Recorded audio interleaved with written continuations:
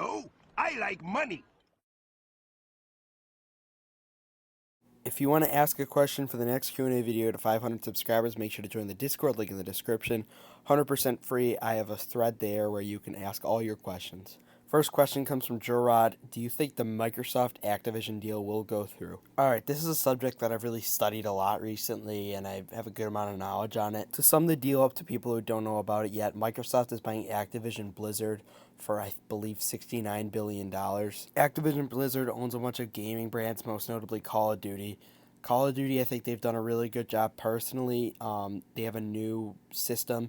Every 2 years they're making a new game, and they're going to have one big update throughout the year. So I think that's going to be more appealing to a lot of people. And obviously Microsoft already has a really strong gaming business, and if they can just add Call of Duty to that, they'd be crazy. The issue here is the FTC wants to block it because they're claiming it's monopolistic. Basically, the FTC is claiming, and they're suing Microsoft over it right now, they're going to try to block the deal. They're basically saying that this deal is monopolistic. They're basically saying in the lawsuit that Microsoft is going to make Call of Duty exclusive to Xbox, and you're going to have to sign up for all these Xbox subscriptions to actually play Call of Duty, which obviously they're not going to do. If you have half a brain, you know that. This clown here apparently doesn't understand that, and just because Microsoft knows how to run a successful business, she wants to basically shut it down because they're a big, mean, scary tech company. First and foremost, Activision's acquisition by Microsoft does not guarantee that they're going to be selling new Call of Duty games. It doesn't guarantee that they're going to be putting out a great product and that consumers of the game will keep buying it. Second, only 42% of Call of Duty's player base is on PlayStation, so I don't really understand if you want to be a good business, you'd strip away 42% of your customers, considering that a lot of Microsoft's money from that acquisition will be made in-game purchases. Third, they would be competing with a non-American based company. If you didn't know, Sony is a Japanese-based company. It would be very, very stupid for us to allow another country to get an advantage over us. Fourth, Xbox is trailing behind PlayStation and Sony right now when it comes to how much money they're making off their games. In conclusion, I think it's a very weak case for the FTC to try to block it. I don't really understand, their complete case on this. I guess you could make the argument that Microsoft's trying to, buy good gaming brands. But again, that's not monopolistic. Gamers have the choice of what game they want to play, so I see a very weak case for the FTC.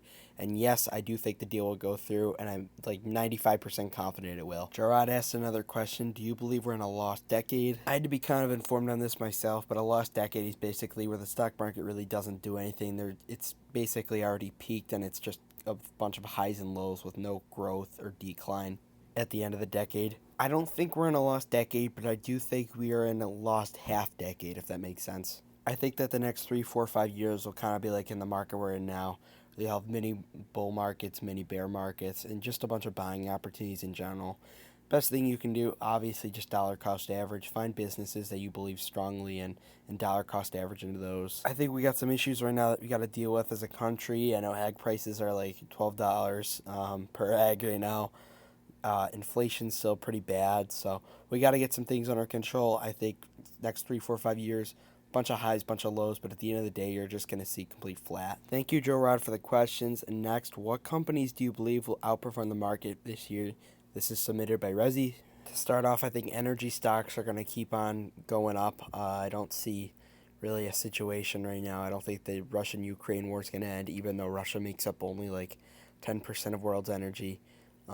I think energy companies are going to keep thriving. I think utilities like NextEra Energy, I think those won't have huge, gains this year, but I think that they still will outperform the market, maybe like a 3-4% growth rate. I think Starbucks will also have a good year as well. Investors are finally starting to give Starbucks the respect it deserves. I'm liking their new CEO. They reinstated their share buybacks. I don't think they had to suspend it in the first place.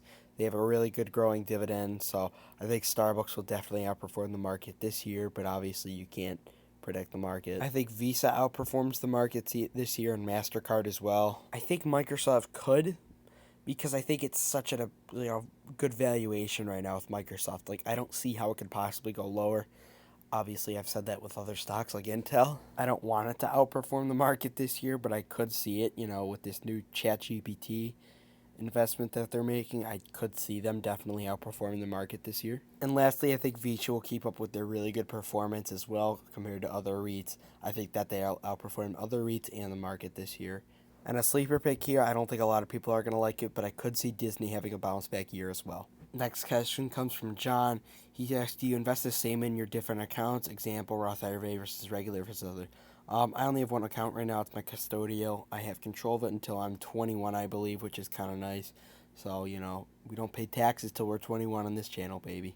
I will probably open up a Roth IRA when I turn 18 this year, but again, that's why I'm grinding on YouTube. I got to get some more income in to invest right now, so I'm trying to build up this portfolio right now. Another thing with the Roth, I don't know if I'd be super consistent like with investing in it, just because like I don't know. I'm gonna be retired before 61. I know it, or financially free at least. So I don't want to know if I want to wait till 61, have that money tax free.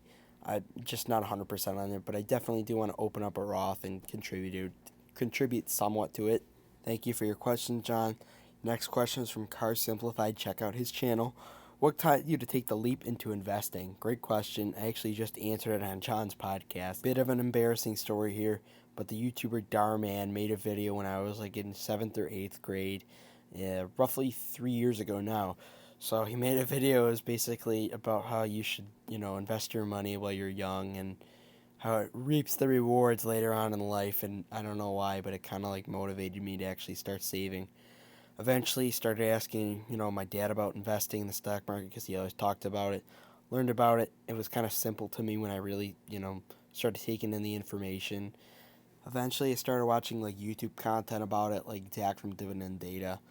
And I really got into it. I calculated my first year's worth of dividend income. I got like $78, and I saw the potential it had, and it became addicting at some point. Just trying to set myself up. I remember in my health class in 8th grade, I actually told my teacher I was going to be a millionaire by 30, and I told him that I bought stocks, and I told him I was going to be a millionaire by 30, and he was kind of shocked, but he didn't deny it, so I still think I'll definitely be a millionaire by 30. And lastly, we have Joe Johnson, who has 3 questions.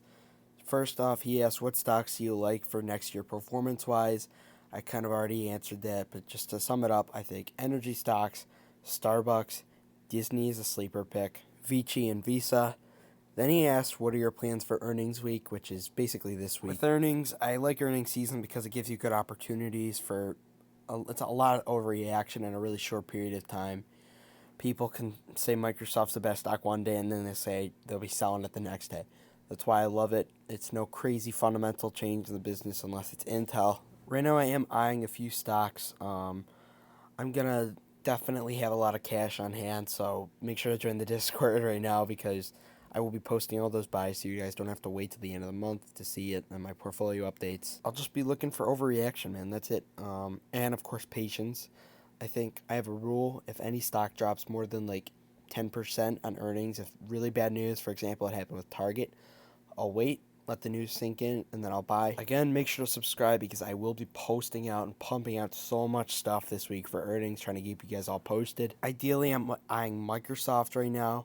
I'm hoping Microsoft and Visa can go down a lot so I can, at least buy some more. Next question he asked kind of ties in with this one is, what are your current thoughts on T? AT&T reports earnings this week, and right now I'm roughly flat, and I might actually be up a little bit in AT&T, which is a rare sight. And AT&T's dividend growth is not the best, and I've been trying to improve on my dividend growth this year. So, with that being said, AT&T has good earnings. It goes up. There's a good chance I sell it for capital. Put it into Altria or something so I don't lose a ton on yield, and I also get some better dividend growth. Put it into some more dividend, and put the other half into some dividend growth. So definitely be in the Discord. Check it out. See if I am going to be selling. There is a chance if it goes up, guys. There's a good chance. That's all the questions. Now to go over the channel update. So I think with YouTube, we've gotten off to a pretty solid start this year. Got about 60 subscribers in almost half a month, which is pretty impressive. Been working my butt off on shorts and videos. Not getting as many views as I'd love to see on the videos, and I'm producing longer and higher quality content, but what are you going to do at the end of the day? Great things come with time. Got to stay patient. I'm still confident I can get monetized by the end of the year. I'm doing decent mentally. A little drained right now, but what are you going to do at the end of the day? You got to keep going. And, yeah, just trying to build discipline. I think we can easily reach 1,000 subscribers by the end of the year. I just don't know if we can get the 4,000 watch hours. So, of course, share the video with a friend or somebody you think you would find it valuable. Share some other videos with them as well. It would mean a lot. Thank you so much for making it to the end of the video. Join the Discord link in the description. Smash like, unsubscribe, and of course, do dividend stocks, not drugs. Have a good one.